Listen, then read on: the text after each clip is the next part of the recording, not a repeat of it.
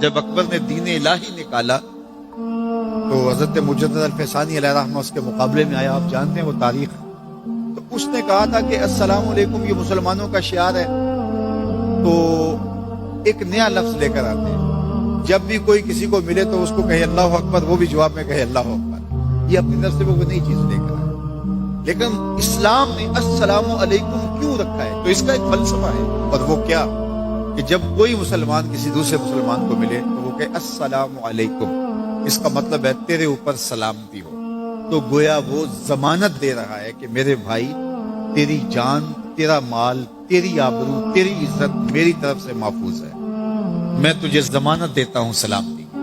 اور وہ آگے سے کیا کہتا ہے؟ وعلیکم السلام. اچھا تو اگر مجھے ضمانت دیتا ہے تو تو میری طرف سے بے فکر ہو جا. تیری آبرو میری آبرو ہے, تیری عزت میری عزت ہے, تیرا مال میرا مال ہے, اس لیے میری طرف سے تجھے کوئی فکر نہیں ہوگی. اب ایک دوسرے سے انہیں خطرہ نہیں ہونا چاہیے. ایک دوسرے کو ضمانت دے چکے ہیں, عہد کر چکے ہیں.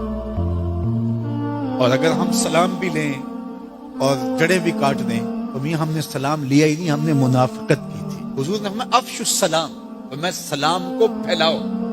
یعنی سلام کو پھیلاؤ گے تو امن پھیلے گا. سلام سلامتی سے ہے کہ آپ امن دیتے ہیں. ہارون الرشید کے زمانے میں ایک شخص کو سزائے موت کا حکم ہو گیا. تو اس قیدی سے پوچھا سزائے موت سے قبل تیرا آخری حق. اس نے کہا کہ میں بادشاہ سے ملنا چاہتا ہوں. انہوں نے کہا ٹھیک ہے. بادشاہ کو کہا کہ سزائے موت کا قیدی ہے. تو وہ کہتا ہے میں بادشاہ سے ملنا چاہتا ہوں. بادشاہ نے کہا لے آؤ. تو دربار لگا تھا تو وہ قیدی زنجیروں میں جکڑا ہوا لایا گیا. اس نے کہا السلام علیکم. بادشاہ نے کہا وعلیکم السلام. آخری خواہش پوری ہو گئی. جلاد لے جانے لگے, قتل کرنے لگے. کہا تو مجھے قتل نہیں کر سکتے. کہا کیوں؟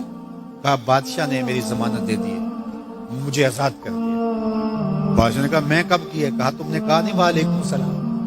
تمہیں سلامتی ہو. تو جس کو تم سلامتی کہہ چکے ہو تو کیا اس کے اوپر سزا ہو سکتی ہے؟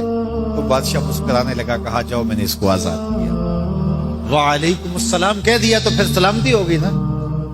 اسی لیے ہم کہتے ہیں حضور پہ سلام پڑھا کرو. حضور پر جب سلام پڑھو گے تو حضور بھی سلام کا جواب دیں گے. وہ کسی شاعر نے کہا تھا, وہ شعر پتہ نہیں وزن میں ہے کہ نہیں, لیکن شعر مجھے بڑا اچھا لگتا ہے کہ درود پڑھنے سے ثواب ملتا ہے, سلام پڑھنے سے جواب ملتا ہے. درود پڑھنے سے ثواب ملتا ہے, سلام پڑھنے سے جواب ملتا ہے. تو ہمارے جو لفظ ہیں ان لفظوں کے پیچھے ایک فلسفہ ہوتا ہے. تو فرمایا المسلم من سلم المسلمون من لسانہ و یدہ. اور یہ ہم نے اپنے اولاد کو بچپن سے سکھانا ہے. اگر ہم نے ان کو اعلیٰ ڈگریاں بھی کروا دی, ان کو اعلیٰ تعلیم یافتہ بھی کروا دیا دنیاوی اعتبار سے, لیکن یہ بنیادی سبق حضور کا نہ پڑھایا, تو پھر وہ اس تعلیم کے باوصف بھی آپ کو آپس میں الجھتے ہوئے دکھائی دیں گے. اعلیٰ ڈگریوں کے باوجود بھی آپ ایک دوسرے کا گریبان ان کو نوچتا ہوا آپ دیکھیں گے, اس لیے کہ انہوں نے اسلام کا یہ بنیادی سبق تو ماں کی گود سے پڑھا ہی نہیں ہے. یہ پڑھانا ہے کہ مسلمان وہ ہوتا ہے جس کے ہاتھ سے اور جس کی زبان سے دوسرا مسلمان محفوظ ہے.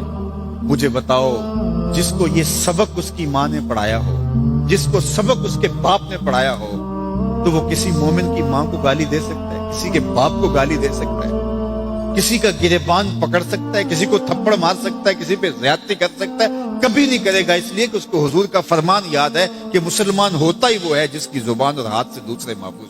ہم نے یہ سیکھنا ہے اور اپنے عمل کے اندر اس کو داخل کرنا ہے کہ ہمارے رویے اتنے خوبصورت ہو, ہمارا طرز زندگی اتنا خوبصورت ہو کہ ہمارا پتہ چلے کہ ہم حضور کے غلام ہیں.